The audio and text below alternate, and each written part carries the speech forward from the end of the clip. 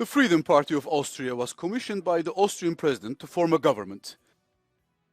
Its leader, Herbert Kickl, does not hide his ambitions to become the next Volkskanzler, meaning Chancellor of the People, a term used by the Nazis to designate Adolf Hitler.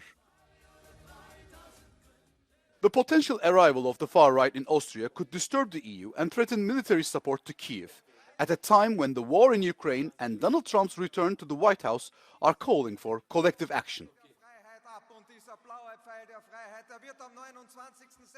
They are definitely very much against the sanctions against Russia. They feel this is hurting Austrian interests. They are against sending weapons to Ukraine, even apart from Austrian neutrality.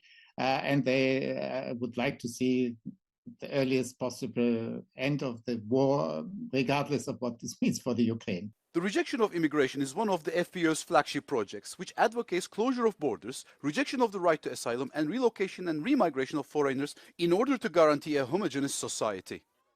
FPÖ radically rejected the asylum pact. Basically, they say it's hopeless. We'll not solve this issue on the European level. We have to solve it on the Austrian level, basically. And they basically want to renationalize migration policy.